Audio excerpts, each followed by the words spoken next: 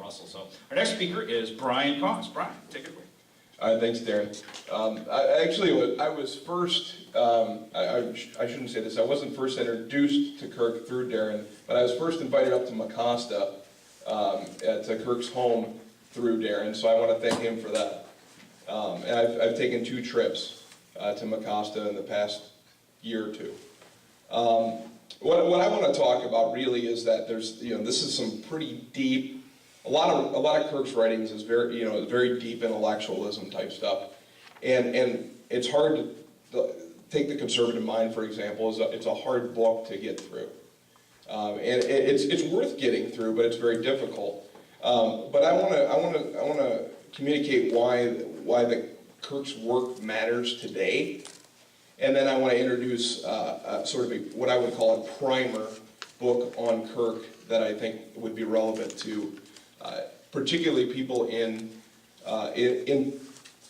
politics and that are pushing conservative action in the field. First of all, I'd like to say that I think this is very relevant. One thing that Kirk is very relevant for the time. You take 2010, the Tea Party movement, and 2009 through 2010, the Tea Party movement, the surge against big government in the last few years. And there was all those things, the bailouts, the stimulus, obviously Obamacare is what kind of took it all over the top, but government taking a bigger and bigger role in the economy, in our lives, and in sort of creating a rift between the citizenry and our elected leaders or a very distant government. So what Kirk does is, I really think Kirk is sort of Tea Party before Tea Party, which he was a conservative movement leader in the 1950s and 60s, at a time when conservatism really was not a popular or a dominant philosophy.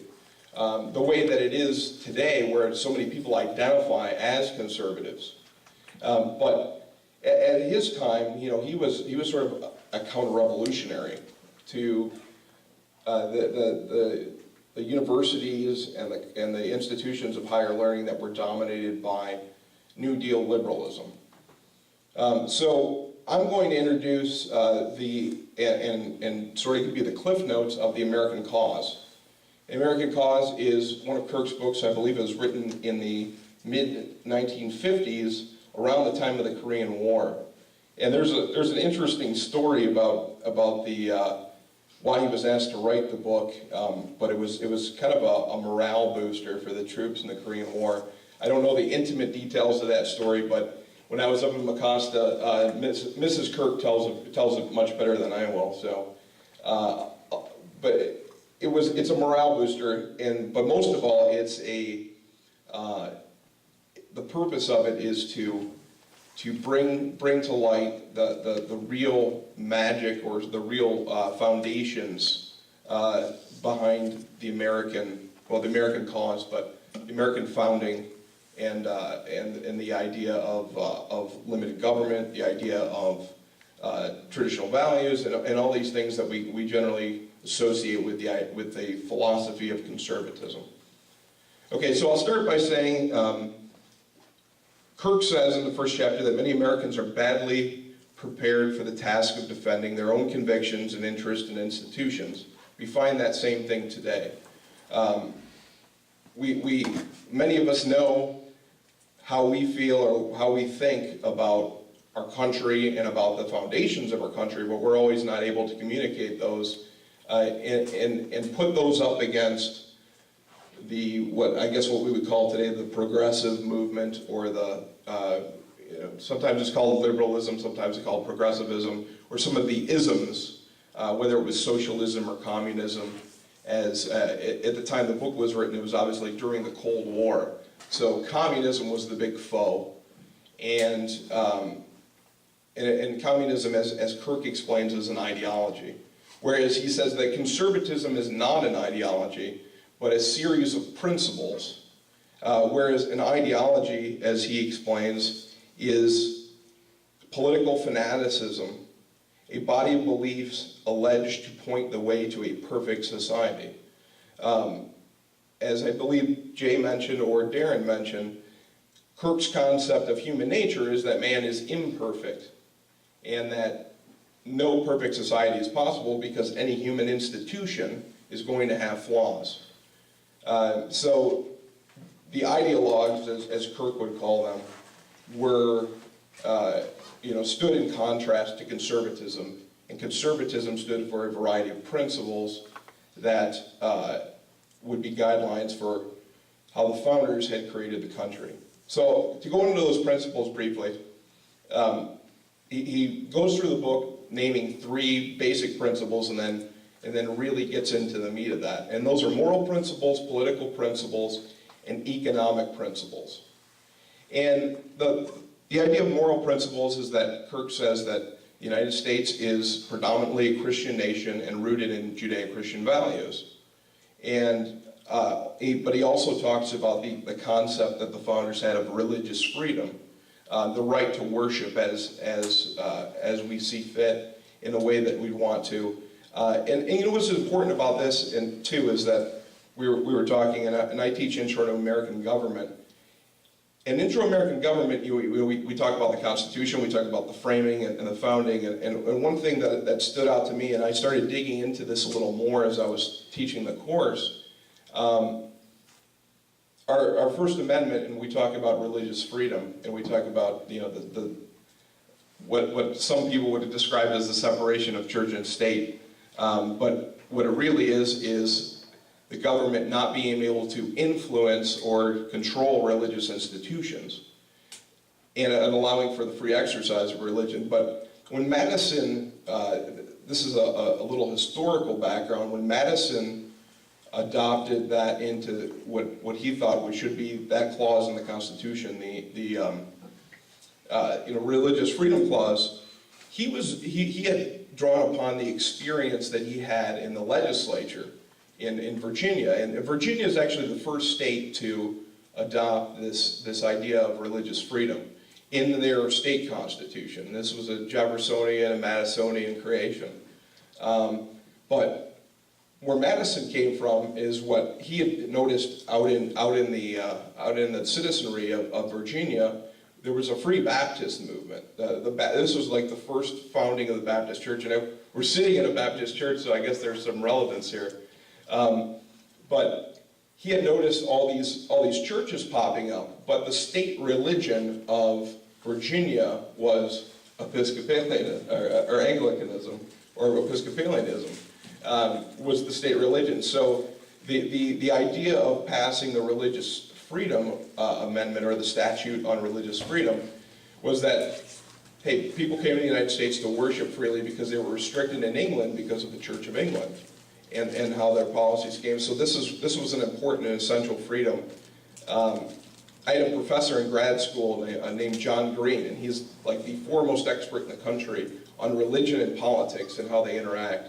And Green would describe America as a sort of a free market of religion. America has a free market of religion in the sense that one of the reasons that we may look today, and his theory was that Europe may today be more secular than the United States because they have state-established religion, or they have a history of state-established religion, whereas the free worship, the sort of the religious freedom, the right to worship in the United States may have actually invigorated and personalized religious institutions and religious freedom for citizens of the United States. That's sort of an academic theory on it, but I think there's some lines of truth to that. And he draws back onto certain principles or certain ideas. The nature of man, the idea of natural rights, and the idea of human dignity are all rooted in moral principles or religious principles. And without those, those are all things that we generally, most secularists, I think, would say that, that natural rights are important and human dignity are important, but Kirk draws that back into a religious and moral basis. And then he also contrasts it up against the isms, or the ideologies of, in the most recent history, when he was writing this, was Soviet communism, which was a totalitarian state that banned religion, and Nazi Germany, Nazism, that was also was not open to freedom of religion. So those things, the idea of religious freedom were incredibly important and sort of the root of what Kirk saw as one of the three major principles upon which the United States was built. The second being the political principle. Political principle he drew back in history from the Greeks and the Romans, and then through England. So what Kirk, I believe Kirk's saying, and Darren could correct me because he knows this line well, but we stand on the shoulders of giants. The idea that there are all these institutions and these practices that have come before us, and we're just building upon what we've already learned throughout history. So he drew into the great civilizations and believed that the American Revolution, as Darren writes in his essay, was sort of a renewal of the English ideas rather than a real revolution in the sense that the French Revolution was a uprooting of society. So essentially Kirk develops this or says that the American founding is rooted in or the creation of republicanism or federalism. And republicanism is designed to secure the public good through sharing political power by many people. And now that we will see how that ties into both political power and economic power. But there's three principles he talks about within that general political principle, and that's the principle of justice, the principle of order, and the principle of freedom. And those three things combine to create what he calls a political equilibrium of ordered liberty. Now justice, I'll read through these definitions quick. The principle and the process by which each man is accorded to the things that are his own, the things that belong to his nature, such as life, property, proven rights, station in life, and dignity, this concept of justice. And there's the concept of order. Order is the political and process by which peace and harmony of a society are maintained, the arrangement of rights and duties, just leaders, loyal citizens, and public tranquility. Those are that's the formula for order. And then the concept of freedom, that man is master of his own life and makes most and should make most of his own choices. So the founders write this into the Constitution, which ultimately becomes federalism. And federalism is set up by the separation of powers, different branches of government, and checks on all those. And then finally, the economic principle. And the economic principle relates to this is one thing that I found interesting when reading Kirk, is that we often refer to capitalism when we talk about free market economies. Kirk sort of denounced the word capitalism because he thought it was a Marxist term. Marx defined capitalism as, he gave it a negative connotation, that you're building things off the backs of other people and stealing the fruits of the labor from the laborers. So Kirk would always refer to our system of an economy as free enterprise or a market economy rather than capitalism. And he said that a free economy is just because it protects man's natural rights and it maintains the justice, order, and freedom, and the ability of humans to realize their own potential.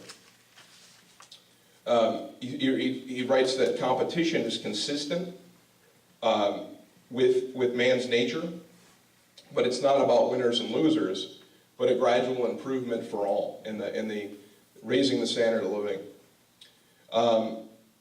And he talks about competition in terms of charity too, that we decide as individuals how we distribute things throughout society rather than having government distribute those things for us.